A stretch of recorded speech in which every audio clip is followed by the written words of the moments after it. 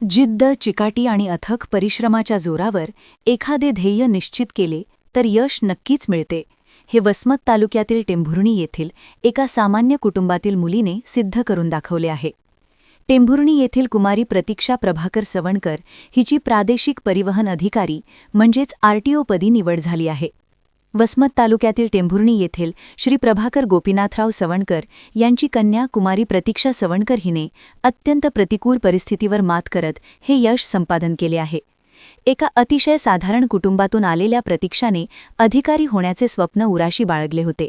आज तिची आरटीओ अधिकारी म्हणून निवड झाल्याने केवळ सवणकर परिवाराचाच नव्हे तर संपूर्ण तालुक्याचा नावलौकिक वाढला आहे. या दैदिप्यमान यशामुळे प्रतीक्षाची प्रतीक्षा आता संपली असून तिच्या मेहनतीला सुवर्ण फळ आले आहे. या निमित्ताने संपूर्ण गावात जल्लोषाचे वातावरण असून गावकऱ्यांच्या वतीने प्रतीक्षाचा भव्य सत्कार सोहळा पार पडला. या आनंदाच्या सोहळ्याचे औचित्य साधून हभप श्री अच्युत महाराज दस्तापूरकर यांच्या कीर्तनाचे आयोजन करण्यात आले होते. भक्तिमय वातावरणात पार पडलेल्या या कीर्तनानंतर प्रतीक्षाचा जंगी सत्कार करण्यात आला. प्रतीक्षाची प्रतीक्षा संपली आणि ती अधिकारी झाली असे गौरवोद्गार यावेळी उपस्थितांनी काढले. प्रतीक्षाचा सत्कार करण्यासाठी पाहुणे मंडळी, आप्तेष्ठ आणि गावकऱ्यांनी मोठी गर्दी केली होती. अनेक जण या होतकरू मुलीचा सत्कार करण्यासाठी रांगेत उभे असल्याचे चित्र पाहायला मिळाले. सत्कार सोहळ्यानंतर सर्व उपस्थितांसाठी स्नेहभोजनाचे देखील आयोजन करण्यात आले होते. अधिकारी झालेल्या प्रतीक्षाताईचे कौतुक करताना गावकऱ्यांच्या डोळ्यात अभिमानाचे अश्रू तरळले. साध्या कुटुंबातील मुलगी जेव्हा अधिकारी होते तेव्हा ती येणाऱ्या पिढीसाठी प्रेरणा ठरते अशा भावना यावेळी व्यक्त करण्यात आल्या. खूपच खडतरीचं होता, जसं दिसतं की मी वयाने लहान आहे किंवा बाकीच्या खूप गोष्टी आहेत. जेव्हा आपण एखादी गोष्ट करायला जातो किंवा एखादी खूप मोठी गोष्ट असते, जेव्हा आपण ती खूप मेहनतीने करायला जातो तेव्हा खूप साऱ्या अडचणी येतात. पण कधी कधी असं होतं की बाकी लोक फक्त वय किंवा बाकीच्या गोष्टी बघतात, पण त्या मेहनत ही अशी बघावी अशी माझी इच्छा आहे. खरं तर हा माझा प्रवास झाला 7वी, 8वी, 9वी, 10वी पासून सुरुवात. जेव्हा माझी मावशी, काका, आई, बाबा असे सगळ्यांनी असं मला म्हणाले की तू पॉलिटेक्निक डिप्लोमा कर आणि त्याच्यानंतर मग आपण पुढे इंजिनिअरिंग करूया. पण जेव्हा माझं 5वी पासून असं मत होतं की इंजिनिअरिंग पॉलिटेक्निक करूया. त्याच्यानंतर मग मी पॉलिटेक्निक साठी माझा VJTI कॉलेज इथे नंबर लागला. त्याच्यानंतर VJTI मध्ये नंबर लागल्यानंतर खूप सारे शिक्षक भेटले, खूप सारे मार्गदर्शक भेटले. त्यातले एक अनमोल मार्गदर्शक म्हणजे माझे पाटील सर. मी त्यांचा खूप आदर करते. खरं तर ते आज या जगामध्ये नाही आहेत.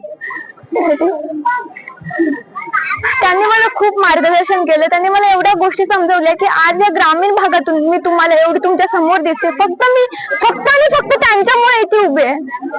खरं तर मला एक बोलावंच वाटतं इथं की म्हणजे माझ्या बाबतीत झालेलं आहे की सुरेश भट्टांनी लिहिलेली ही कविता की माझी झोपडी तोडण्याचे कैक झाले कावे, माझी झोपडी तोडण्याचे कैक झाले दावे, पण ती झोपडी जाळण्याचं ती अजून ज्वलंत नाही, ती धागा अजून ज्वलंत नाही.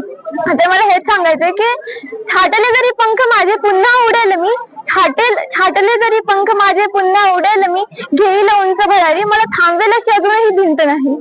आज ग्रामीण भागामध्ये तुझा सत्कार, ही जी मुवमेंट आहे ती फार प्रिशियस आहे. म्हणजे की मी सांगू शकत नाही. माझ्या गावामध्ये जेव्हा एवढे सारे पाहुणे किंवा माझा परिवार फक्त माझ्यासाठी, माझ्या सत्कारासाठी, हार घालण्यासाठी माझ्यासाठी इथे येतात, तेव्हा मला फार कौतुक वाटतं.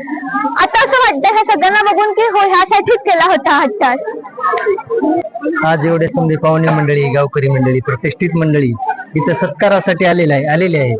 तर मला वाटतंय खरंच बोर्जाचे महाराज सुद्धा आलेले आहेत, समजे पाहुणे आलेले आहेत आणि त्याचं करावं तेवढं कौतुक कमी आहे. जसं प्रतीक्षाचं कौतुक केलं तसं आलेल्या सर्व पाहुण्याचं बी आमच्या सवणकर परिवारातर्फे कौतुक. आणि खरं तर हे माझ्या आयुष्याचे 2 पिलर आहेत आणि या 2 माझ्या आयुष्याच्या मेन पिलर सोबत माझ्या आयुष्यात अजून 2 पिलर आहेत. ते म्हणजे माझी मावशी आणि काका. त्यांच्या जे पण काही आहे त्यांच्या मार्गदर्शनामुळे, त्यांच्या पूर्ण मेहनतीमुळे मलाच मार्गदर्शन नाही तर सुरुवातीपासून माझ्या आई वडिलांना देखील त्यांनी मार्गदर्शन केलं. माझ्या आई वडिलांना त्या दोघांनी मार्गदर्शन केलं म्हणून आज मी आणि माझा भाऊ देखील त्यांना एवढी हिंमत दिली त्या दोघांनी की त्यांच्यामुळे माझे आई वडील एवढी हिंमत करून ते आम्हाला मुंबईसारख्या ठिकाणी ठेवू शकले, त्यासाठी मी त्यांची कायम ऋणी राहील. सर म्हणजे आम्ही दोघांनी मिळून खूप मेहनत घेतलेली माझ्या मुलीसाठी, पण मुलगी तेवढीच हुशार होती, एवढी हुशार पण एवढ्या पदावर जाईल मला असं वाटलंच नव्हतं सर. आणि हे कार्यक्रम जे ठेवलाय त्याच्या मागचा उद्देश आहे की गावातल्या काही जे मुली आहेत त्या पण पुढे शिकावं, एवढंच विचार. प्रतिनिधी नंदू परदेशी, NTV न्यूज मराठी, वसमत, हिंगोली.